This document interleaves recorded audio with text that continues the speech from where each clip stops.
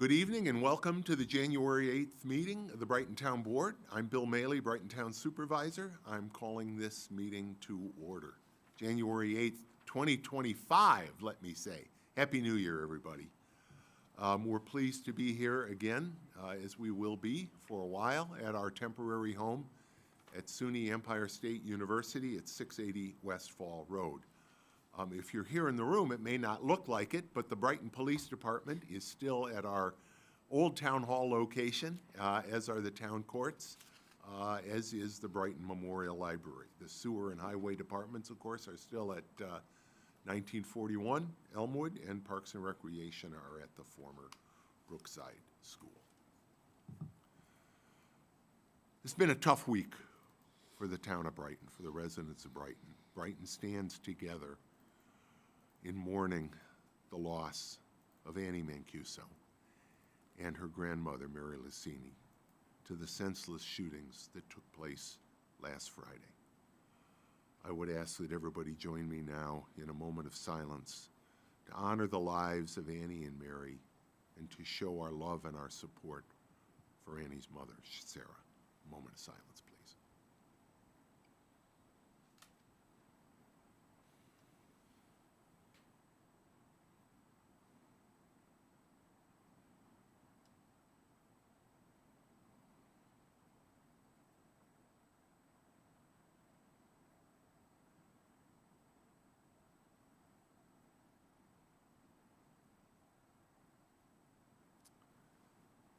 Thank you.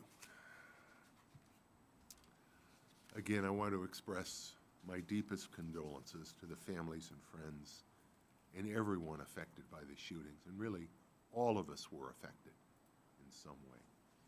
We've seen how domestic violence can devastate families and even entire communities.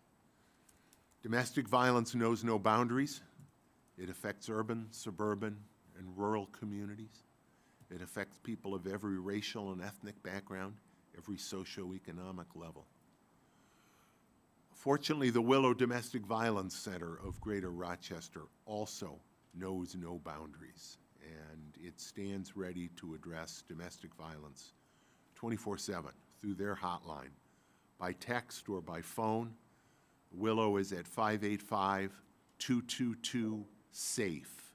That's 585-222-7233. Most of us in the room have worked with Willow in one way or another.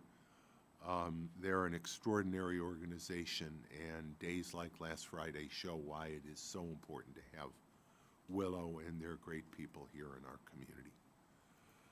These shootings are also a stark reminder of why New York law requires the safe storage of guns in any home where someone under the age of 16 lives, or where there is reason to believe a person younger than 16 is likely to have access to a gun.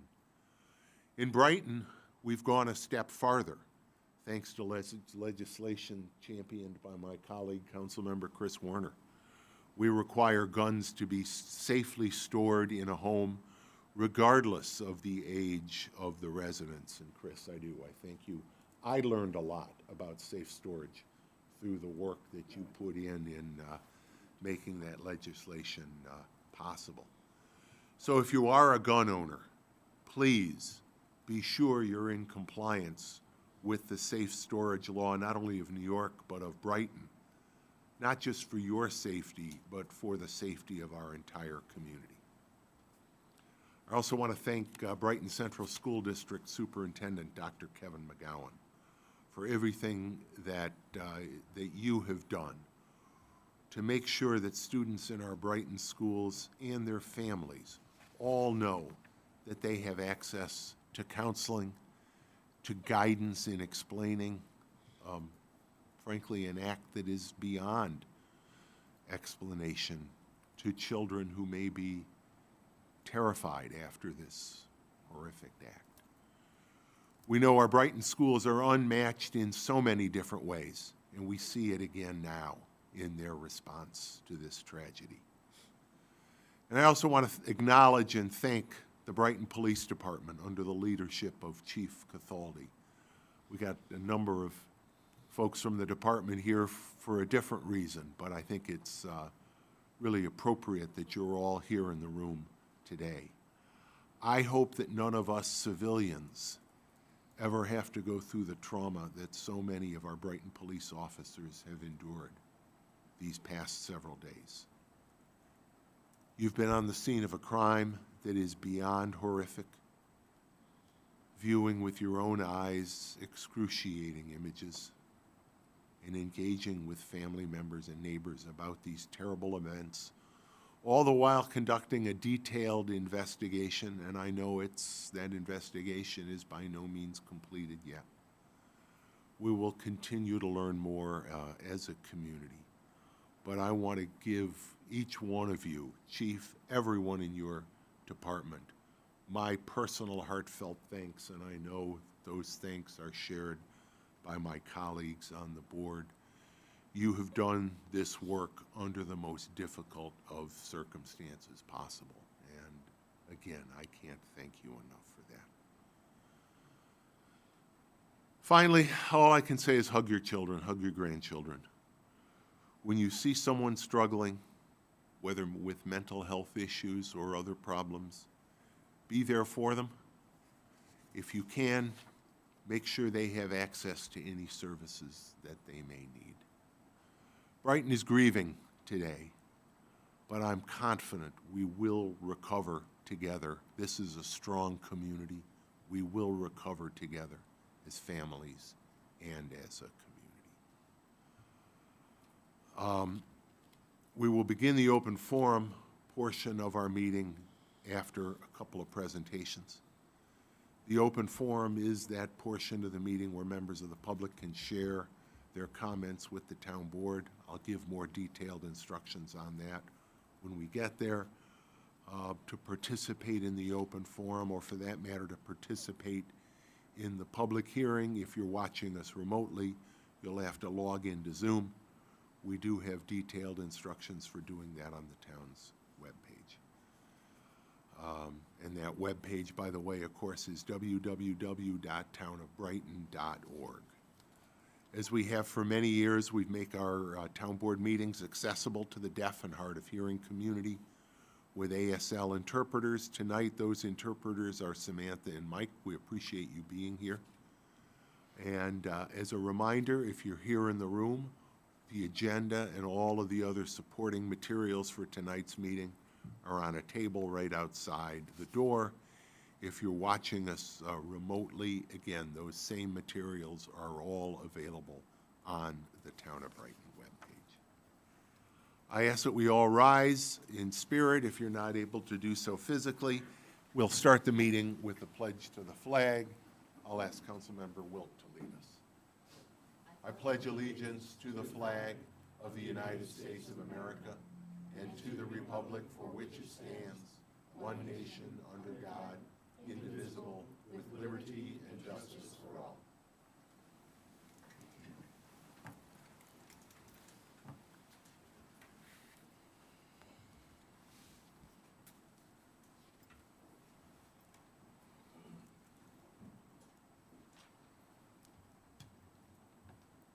I'm going to ask everybody that's coming up for this great swearing in to please join me up here at the podium, and the chief.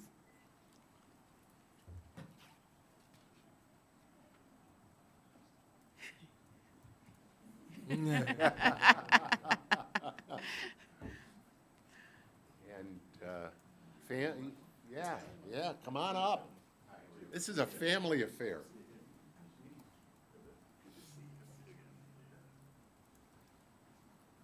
Chief, I'll give you the podium. Thank you.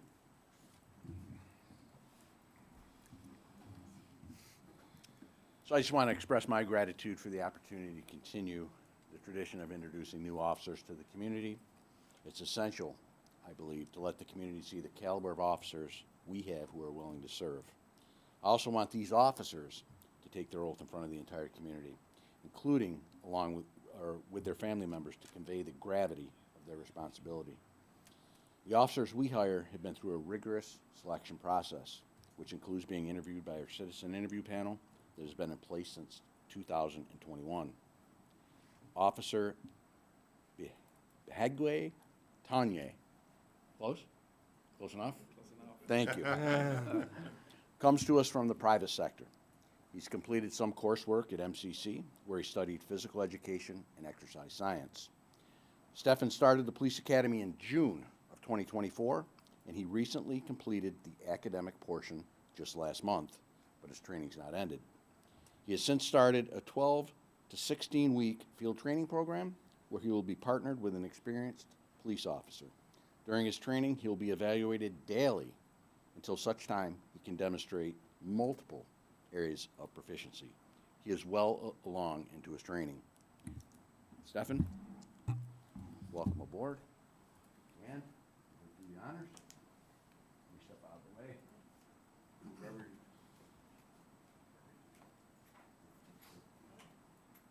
I, Stefan Biege Tone, I, Stefan Biege Tome, do solemnly swear solemnly swear Sports Constitution of the United States to the Constitution of the United States and the Constitution of the State of New York, and the Constitution of the State of New York, and I will faithfully discharge the duties faithfully discharge the duty of Brighton Police Officer of Brighton Police Officer according to the best of my abilities. according to the best of my ability.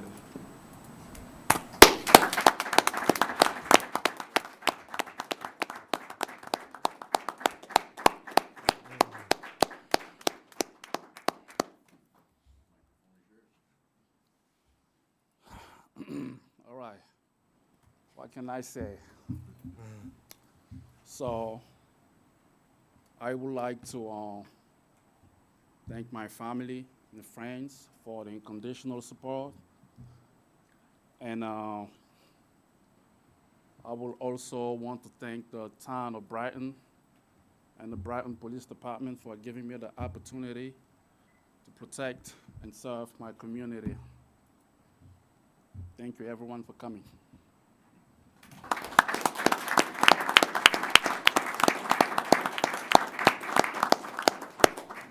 So there'll be cake back at the police department. Make sure you enjoy. We'll get any photos that you need. If you want to go in the lobby, back at the police department, don't worry. This is videotaped. It's on YouTube. It'll be up tomorrow, so you'll be able to get it. That concludes our ceremony.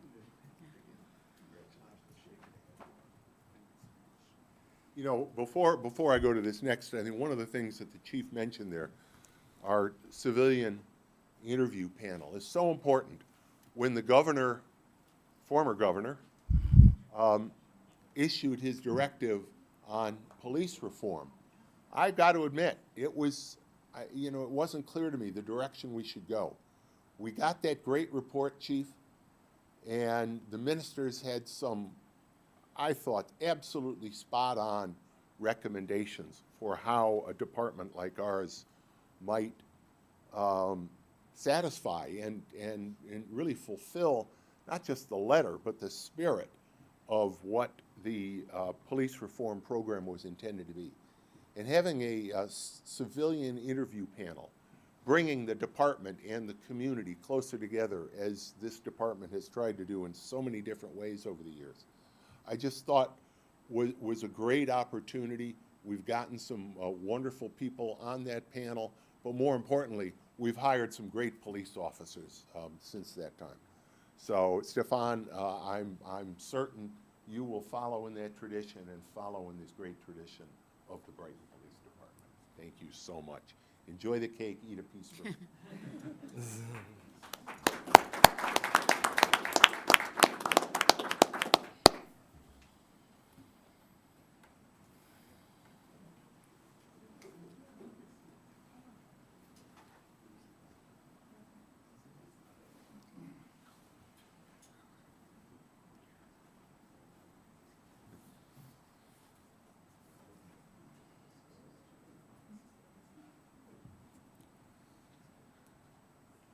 We do have a proclamation tonight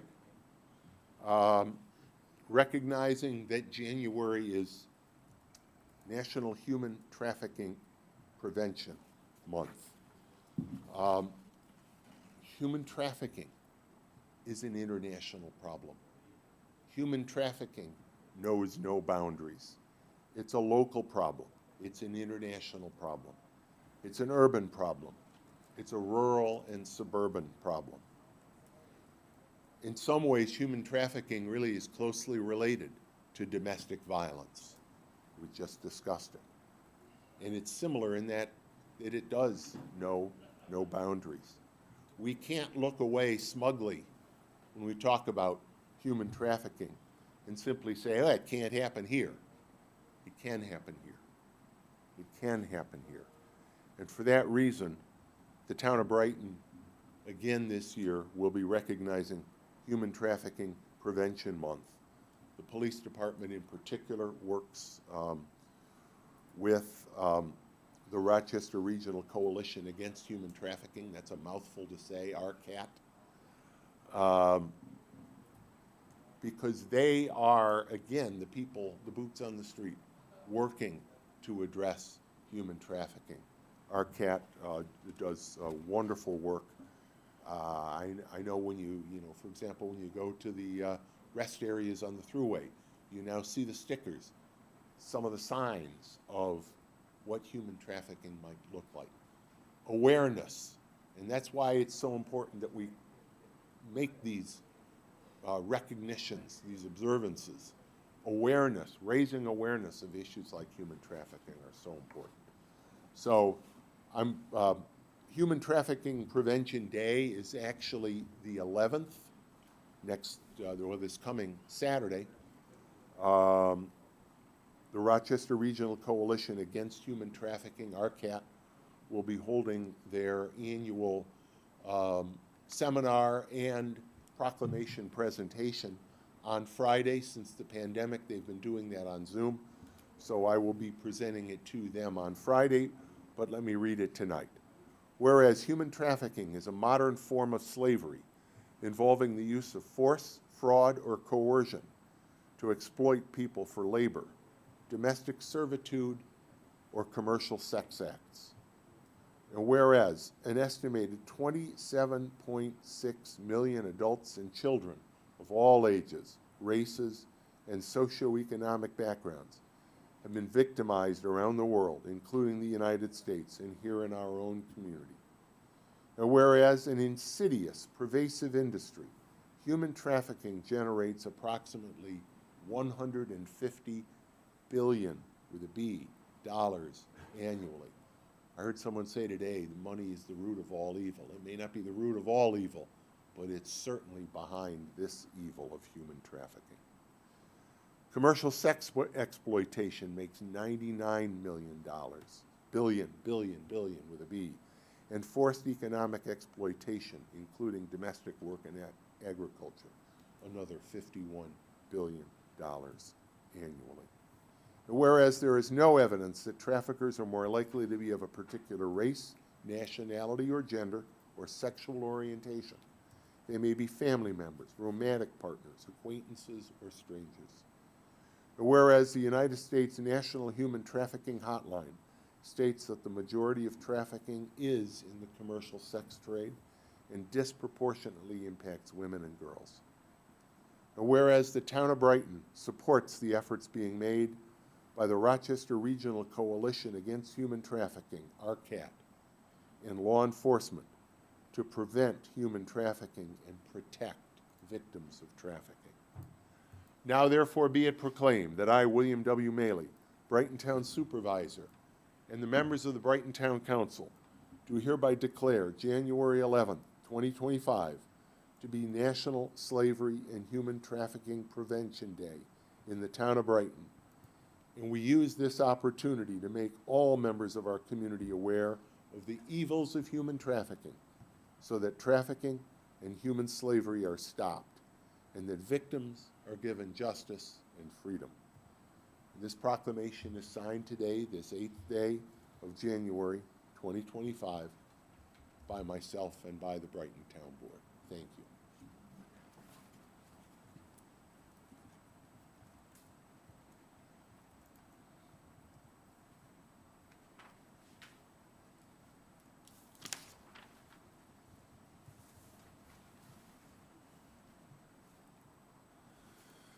Okay, we'll now begin the open forum. which we hold at the start of every town board meeting.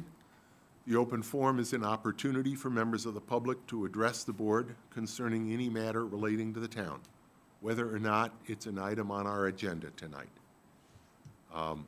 If you're here for the public hearing on trees, I would encourage you to wait until that public hearing is open. We'll do that in just a couple minutes. Whether you're here or whether you're here remotely, then we can include your comments in the record of that public hearing. I don't see anybody here to speak during the open forum, but if we had anybody here to speak, we'd ask you to raise your hand, and the same is true if you want to speak remotely on our Zoom. We do have detailed instructions on our webpage to get into the Zoom feed for this meeting. We'll admit you to Zoom by our host. If you would like to speak during the public hearing, just raise your hand using the Zoom raised hand function. As always, I ask speakers during the open forum, whether you're here in person or remotely, please state your name and address before speaking. Please limit your remarks to 3 minutes. I'll give you a 30-second warning before your time is going to expire. If you have questions, we may not be able to answer them tonight, particularly if they relate to a matter that's not on our agenda. But our goal tonight and during the open forum we hold at every town board meeting is to give you, the public, the opportunity to share your thoughts with the board and for us to be able to listen to your words. Therefore, please direct your remarks to the board and not to the room or to other speakers. Please refrain from personal attacks and from outbursts of any kind, including applause, boos, or any other similar disruption during the open forum, out of respect for the speakers and out of respect for the time of everybody here tonight. Also, out of respect for people in the room who want to be able to see clearly, we do not allow signs during the open forum, or for that matter at any time during town board meetings. Persons who do not follow these rules will be warned. Repeated failure to follow these rules or follow any other directions from the chair may result in your speaking privileges being ended, being directed to leave the meeting, or the early termination of the open forum. Again, I see no one here in the room to speak, and I see no one on the Zoom to speak either. So, Chris, can I have a motion to approve our agenda? Yes, Bill. I move that we approve the agenda. Second? Dan, please call the roll. Councilmember Werner, Aye. Councilmember Wilt, Aye. Councilmember Salzman, Aye. Supervisor Mailer. Aye. Tonight, we do have one public hearing. It concerns the proposed removal of several trees, a 32-inch diameter linden tree at 319 Chelmsford Road, a 32-inch Norway maple at 2349 Monroe Avenue. All of these addresses, by the way, the trees are in the right-of-way in the tree lawn adjacent to properties at those addresses. We have a 38-inch sugar maple at 216 Edgemore Road and a 40-inch pignut hickory tree at 295 Ashbourne Road. Before we start the hearing, I just want to remind anybody here, and I don't see anybody here, but you'll have the opportunity to come up to the podium and speak. If you're watching us remotely, again, use the raised hand function on Zoom, and we'll admit you into the Zoom meeting in order to speak. Please state your name and address for the record of the public hearing. Again, direct your remarks to the town board and not to the rest of the room or to other speakers. Please refrain from personal attacks and from outbursts of any kind. Again, no signs, please, so that people have a clear opportunity to see. Persons who do not follow these rules will be warned. Repeated failure to follow these rules or failure to follow other directions from the chair may result in speaking privileges being ended or even being directed to leave the meeting. Dan, has the necessary legal notice been given for this public hearing? Yes, Supervisor, notice was published in the December 30th edition of the Daily Record. And has notice been given to the adjacent neighbors as required by the tree law? Yes, all the notices have gone out. Thank you. Then I declare this public hearing to be open. You have materials concerning each of these trees in the meeting packet. Is there anyone that would like to address the town board during this public hearing, which is now open? I don't see anybody here in the room. I don't see anybody on our Zoom.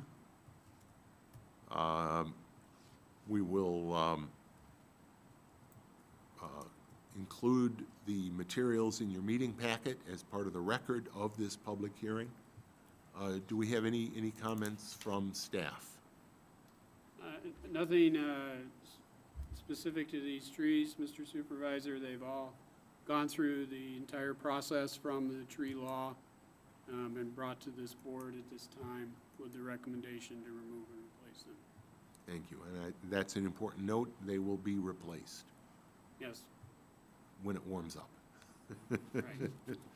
Again, is there anybody here that would like to address the board during the public hearing?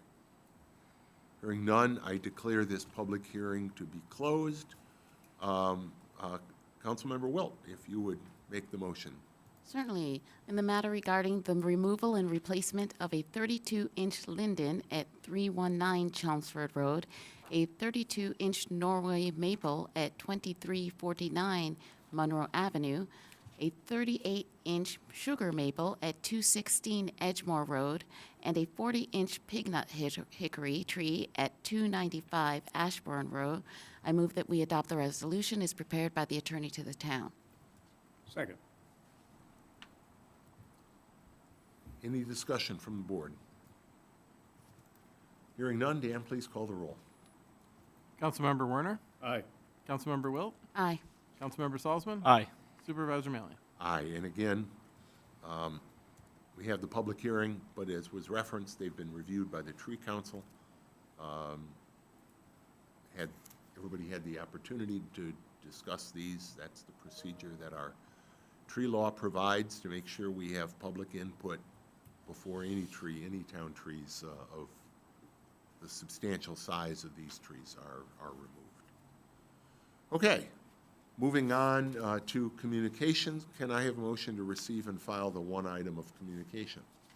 I move that we receive and file the items of communication. Second. Tonight, we have a letter from Deb Rosen, President and CEO of Jewish Family Services of Rochester.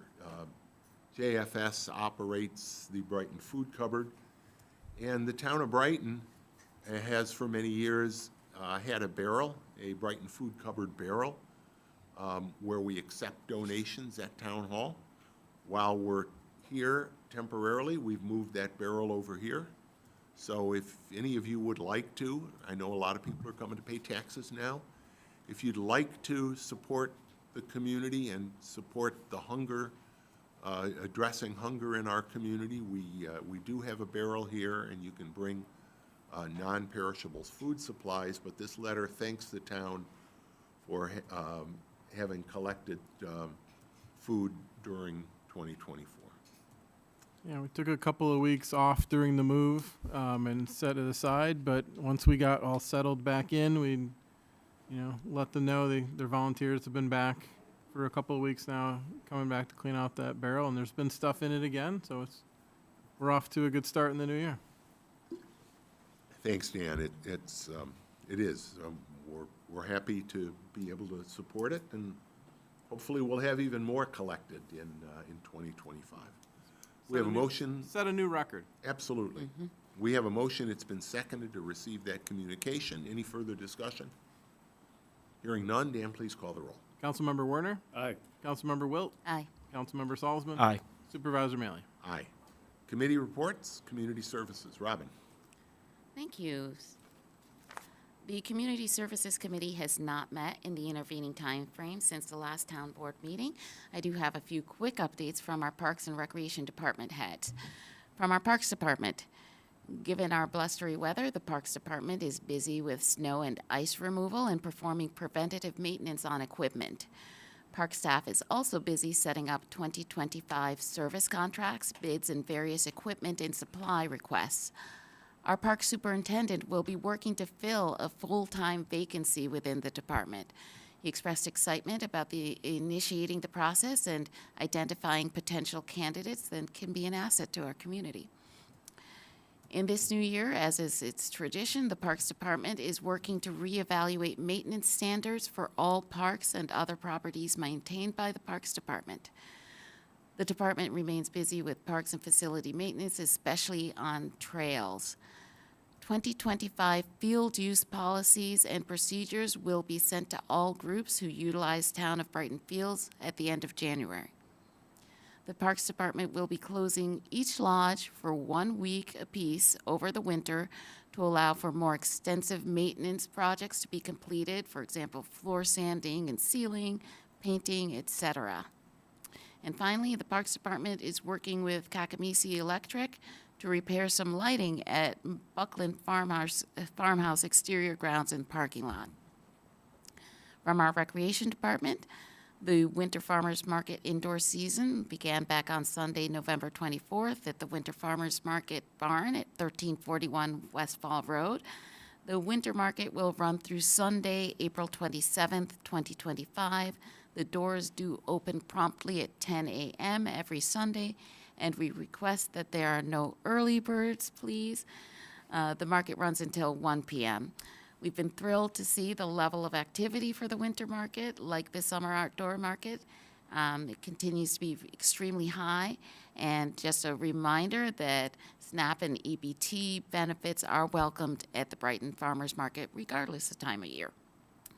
We also want to extend a reminder to the community that winter spring program recreation registration is open for residents as of January 2nd, 2025, and will open for non-residents tomorrow, January 9th at 9 a.m.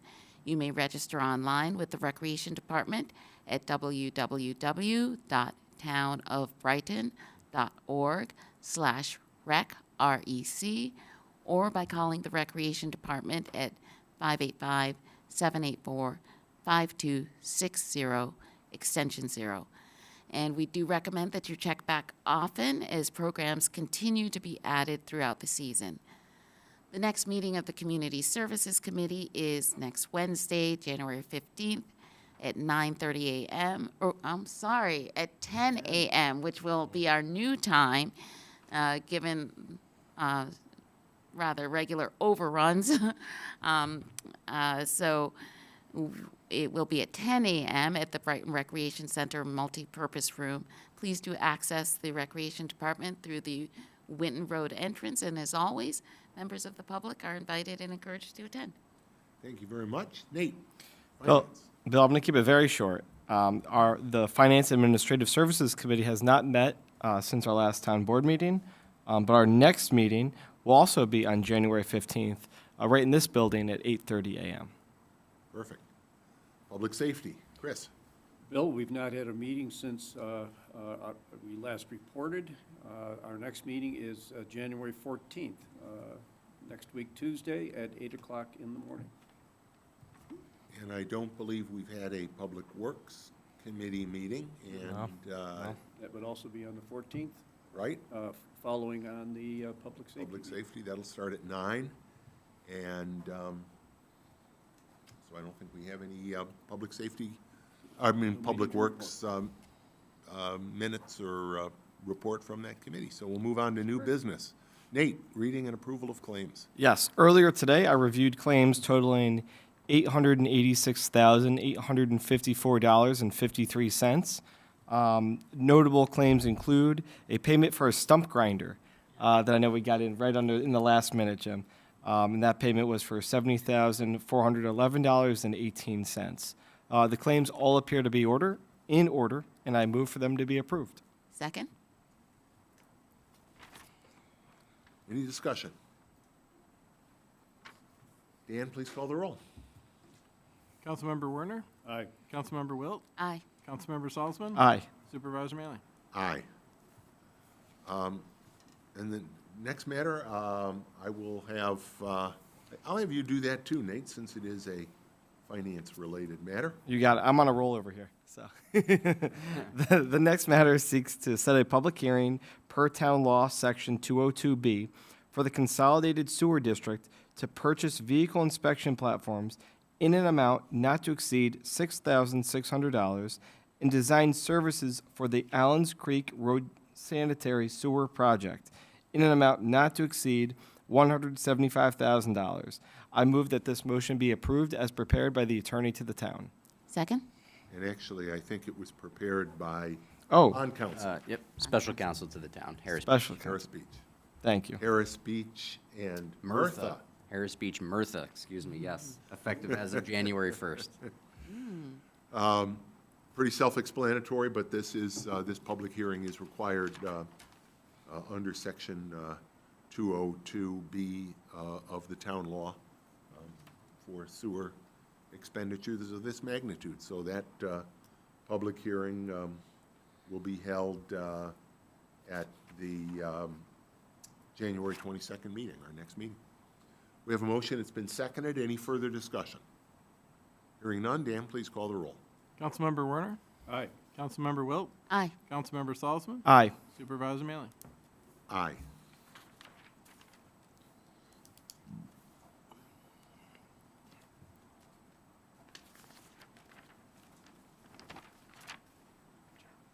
Robin, I'll let you.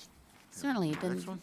The next matter seeks to authorize the supervisor to enter into a contract with Stratus IP for IT security in an amount not to exceed $11,384.21 per annum for a term of 3 years ending December 31, 2027. I move that we adopt the resolution as prepared by the attorney to the town. Second. Again, pretty self-explanatory service contract. Any discussion? Hearing none, Dan, please call the roll. Councilmember Werner? Aye. Councilmember Wilt? Aye. Councilmember Salzman? Aye. Supervisor Mailing? Aye. And the last item on the agenda is, I think, something special and something important. Town government serves the people here in Brighton. And so oftentimes, it's real easy to focus on the local, and the local is important. Local government has a huge impact on our residents' daily lives. When you woke up this morning and it had been snowing like crazy, it was the men and women of the highway department that had been out there plowing not only the streets but the highways. Very, very local. But I think there are also times, and other members of the community, I think, very clearly believe there are times when it's important for local government to respond and address issues that are much larger in scope. We've done that over the years, various resolutions and proclamations relating often to issues relating to our commitment to the diversity of this community, our commitment that we will not allow people to be discriminated against for any number of reasons that sometimes this world has allowed that to happen.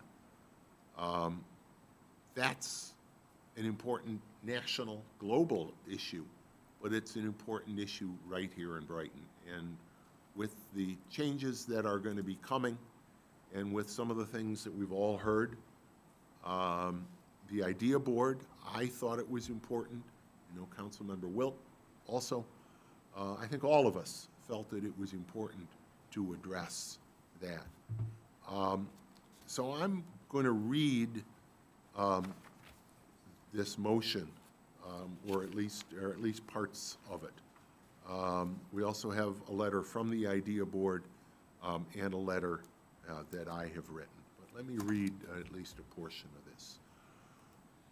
Whereas the town of Brighton values and celebrates its diversity, has a history of taking action to protect the civil rights of residents and others in the town, and prohibits discrimination based on race, ethnicity, immigration status, national origin, religion, gender, gender identity, sexual orientation, ability, and other protected characteristics in the provision of services.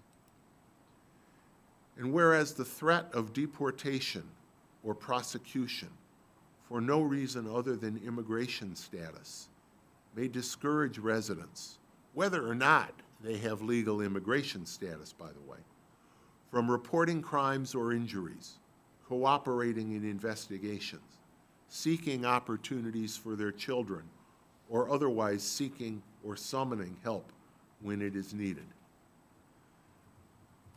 Whereas it is important to the effective provisions of law enforcement, emergency, and first responder services that victims report crimes, injuries, or incidents, cooperate fully in investigations, and summon help when needed.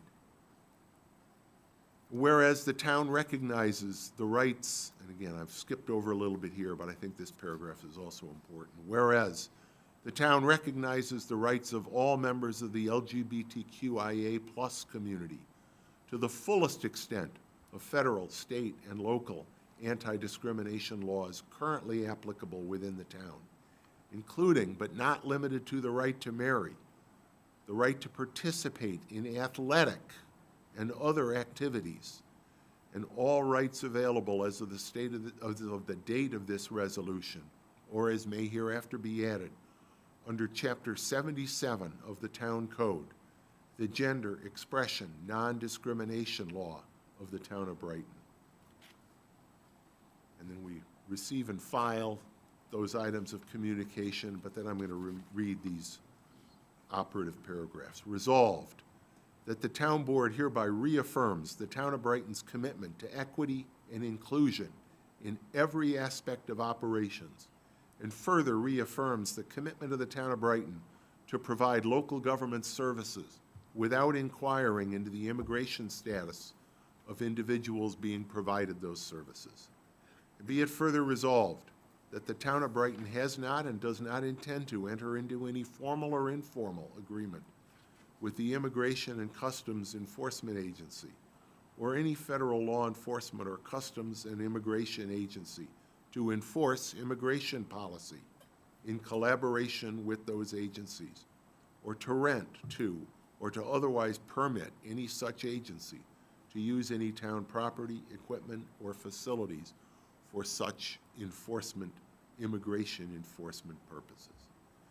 And resolved that the Town Board hereby reaffirms the Town of Brighton's recognition of commitment to the rights of all members of the LGBTQIA+ community to the fullest extent of federal, state, and local anti-discrimination laws currently applicable within the town, including but not limited to the right to marry, the right to participate in athletic and other activities, and all rights available as of the date of this resolution or as may hereafter be added under Chapter 77 of the Town Code, the Gender Expression Non-Discrimination Law of the Town of Brighton. This memorializing resolution shall be effective immediately, and I make the motion that I have just read. Can I have a second, please? Second? Any discussion? I would just like to Absolutely. comment a little bit. I think it's important to acknowledge when our community members' civil rights are potentially at threat. And now that we've experienced the fallout of a federal administration that's willing to target vulnerable communities and roll back enforcement of core civil rights, consumer rights, environmental protection laws, we're keenly aware that this isn't the first time and potentially won't be the last, that we need long-term safeguards at the state and local level to protect people's rights more than ever. More than half of Americans, especially BIPOC and LGBTQIA+ individuals, suffer from violations of their civil and human rights, and we view it important as a function of this local government to ensure that our agencies are complying with the New York State Constitution and the U.S. Constitution to protect the civil rights of all individuals. So I'm supportive of this memorializing resolution that further reaffirms who we are as a community, and that is welcoming and inclusive. Thank you. Further comments? This is who we are.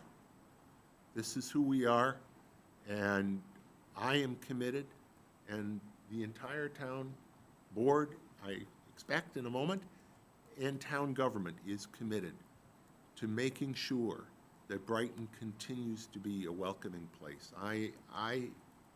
When I hear members of what might be called protected classes, when I hear my transgender friends, my friends who are looking to get married, there's a consortium of churches performing wedding ceremonies this weekend out of concern that there will be efforts to restrict marriage rights going forward. We will not allow that to happen in the town of Brighton. This memorializes our intent, and I'm glad we have an opportunity to vote on this tonight. Anything further?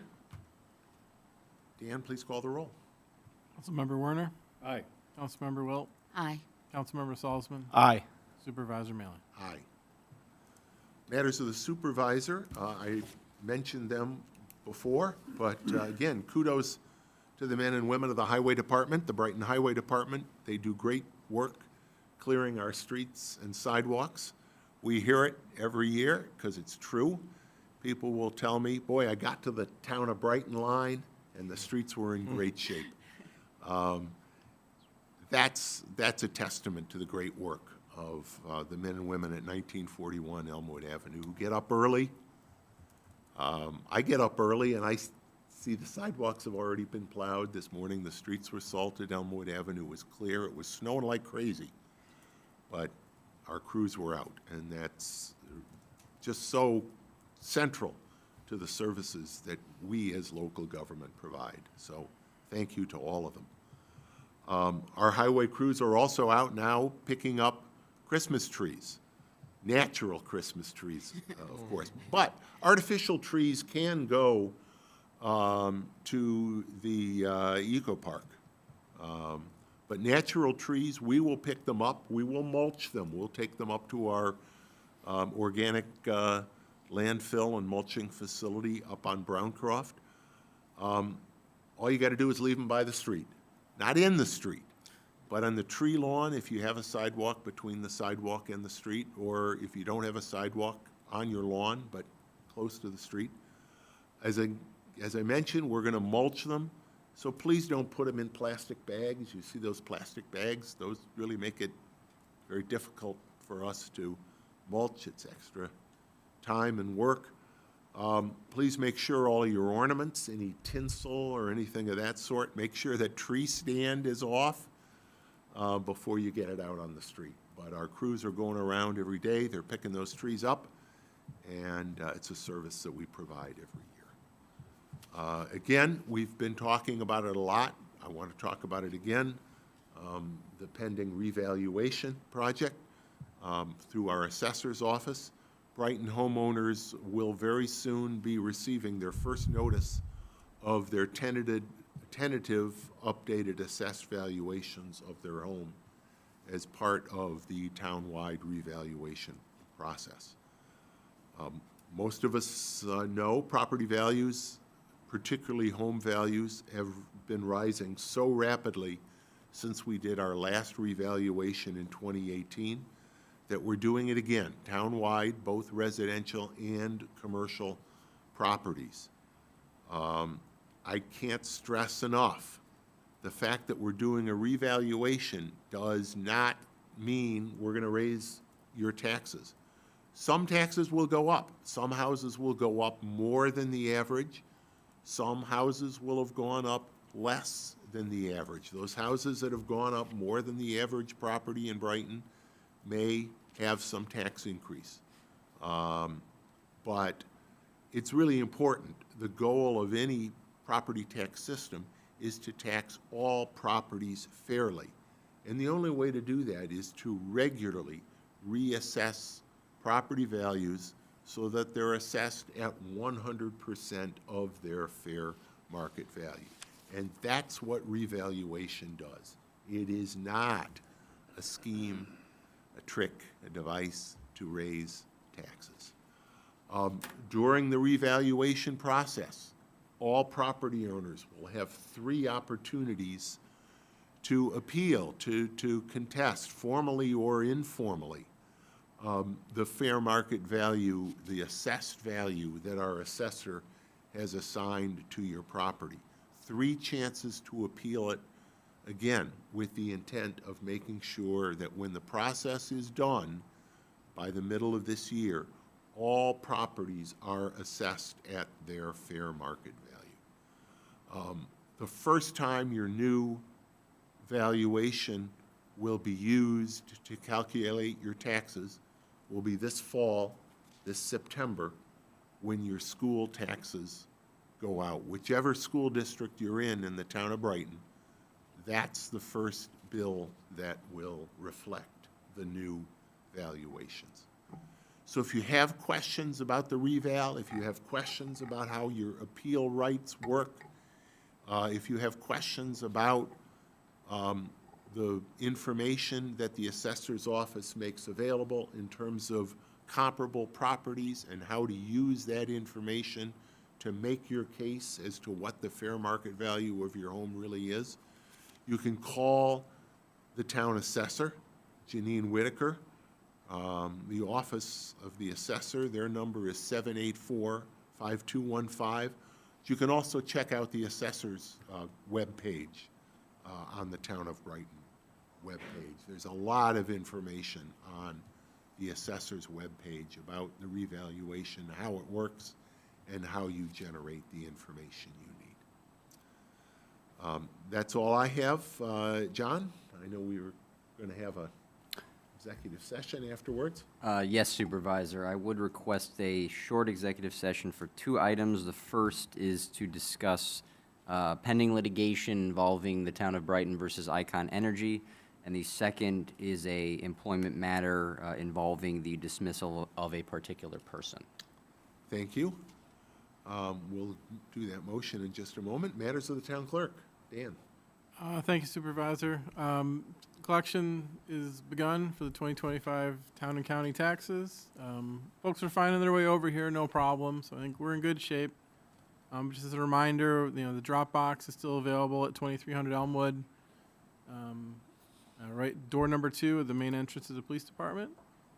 You can also send it by mail always as well, so that's an option for everyone. Any questions come up?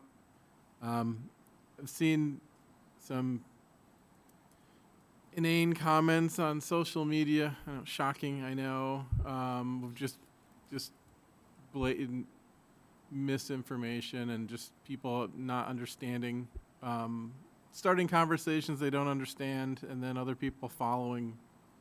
Which is why I've spent less time on social media in 2024 and beyond than I did in years past. But just call. If you have any questions, don't read what's on Nextdoor. Don't read on these neighborhood groups on Facebook. Call and ask me. Watching people spin up over getting angry over things again that just anybody can post anything, and a lot of times it's bunk. So just give me a call, 9 to 5. We're here every day. Happy to answer any questions. What's the number, Dan? 784-5240. Thank you. We're happy to answer anything. It really is important. Those are, tax bills, tax matters, reassessment matters. They are technical, and your office and the assessor's office can really help with accurate information. Yeah, it's again, some of the stuff that people have come in or called and been all worked up and angry about. I'm like, well, no, literally none of what you said is accurate. Don't put we need more social media literacy in this country, and I suspect in a matter of days we're going to need a lot more of it. But worry about the sources. Think about where it comes from. And again, we're easily accessible. Call us anytime. We're happy to answer it. Emails are all on the website. Again, hit me up anytime. I'm down to Blue Sky and Mastodon at this point. So I've tapped out on threads thanks to recent policy changes from a billionaire. But, reach me on any of those two, and we'll see what we can do to get good information to you. Thank you, Dan. Matters of the town board. Bill, if I might, and thank you for starting out, as a member of this community, to be shocked is an understatement, but just a sad, sad time in the town here. And of course, Brighton has a very strict gun storage law, as you noted.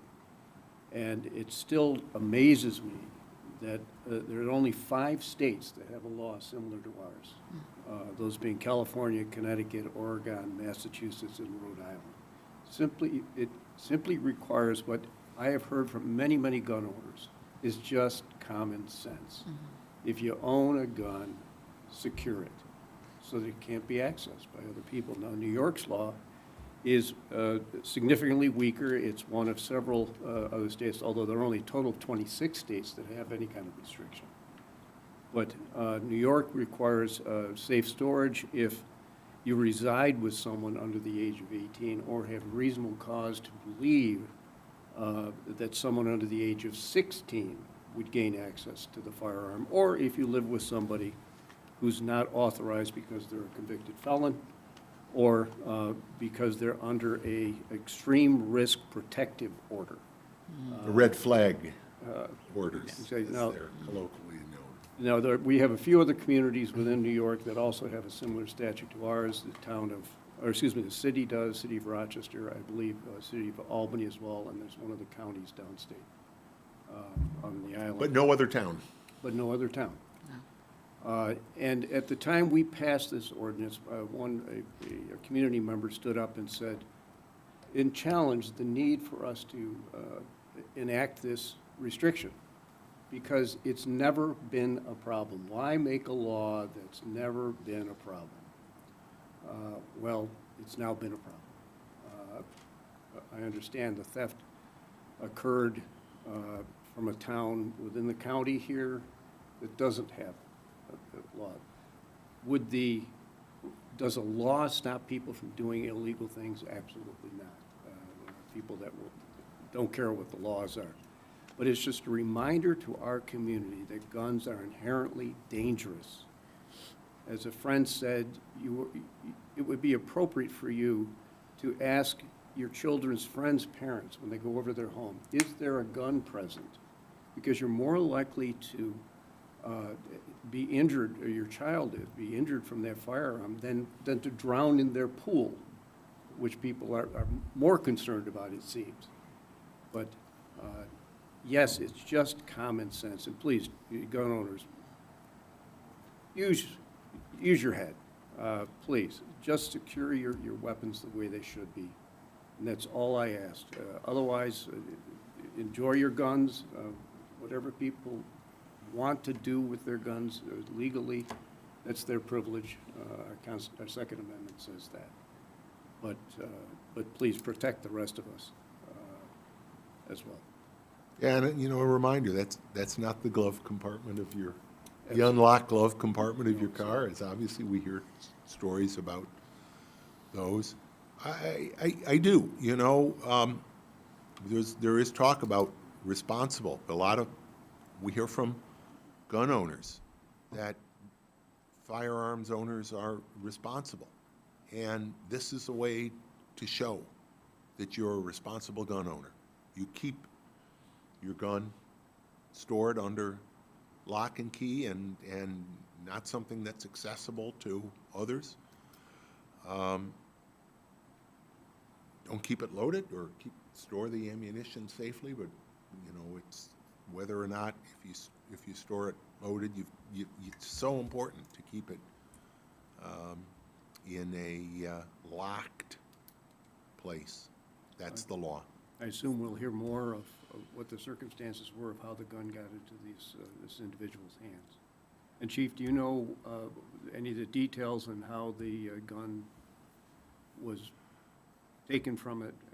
Someone I else's know the home? chief has been talking as there is accurate information. I don't know whether there's something Yeah, it's You're been reported, comfortable saying? I've reported it out to the media. It was stolen from a family member's house. Do we know how the firearm was stored at that home? We're still working out the details of that. From what I understand as I sit here, the person lived alone. And Mr. Mancuso would have had access to the home. But within the home, was it stored as it would be required to be? Yeah, I don't want to get into You're to the right. details, but we're still looking at that aspect of it. And with that caveat in the law with the ages that you have, I don't know, but that's still part of our investigation. We got to drill down on some of the details of that. Thanks. Matters of the town, any other matters of the town board? Well, Supervisor, just real quick, I know I already have my turn, but building off of something that Chris had said about asking, kids, Yep. parents of, children's friends, every Town for Gun Safety, which originated out of Sandy Hook, actually has a campaign that has been running for a number of years now. It's besmartforkids.org, and it's designed to help parents approach those conversations with the parents of their kids' friends, to help narrow that down or just make it as, the least awkward as possible, to have that conversation. But like I said, obviously that is, definitely an issue everywhere. And I wasn't really, we weren't really quite ready to roll it out yet, but we've started working with the VA. Joined in on a program that they've launched out of Canandaigua, where we're going to be having trigger locks available in my office. So more to come on that, but I at least, again, even though not quite ready for prime time, obviously given recent events, just wanted to at least mention that's something that will be coming to my office in the near future as well. Thanks, Dan. Those are, they're not easy conversations, but I think they're a lot easier than the conversations that a lot of Brighton families have had in the last week with their 5th, 6th, 7th grade children about what happened to their friend. I appreciate that, Mr. Supervisor. Just one more thing. As you know, we've been working with, for the last 2, maybe 3 years, with Dr. Gestring and his team for responsible gun ownership and responsible gun safety tips and measures. They come out for our Public Safety Day once a year. And that program, he's trying to model that, to put that statewide to do, and I think it does have an impact. Yeah. Good. If there's nothing further, I do want to thank Mike and Samantha for our expert ASL interpretation tonight. Thank you very much. We appreciate it. Our next board meeting will be Wednesday, January 22nd, right here in this room at Empire State University. I'm going to ask for a motion to go into executive session, as the town attorney mentioned. I do not anticipate that we'll be coming back into a public session afterwards. So, Chris, if I could have a motion. Bill, I move that we go into executive session to discuss pending litigation and And Employment matter involving the dismissal of a particular person. the employment, and the litigation is the Icon Energy litigation. Energy litigation. so move. Second?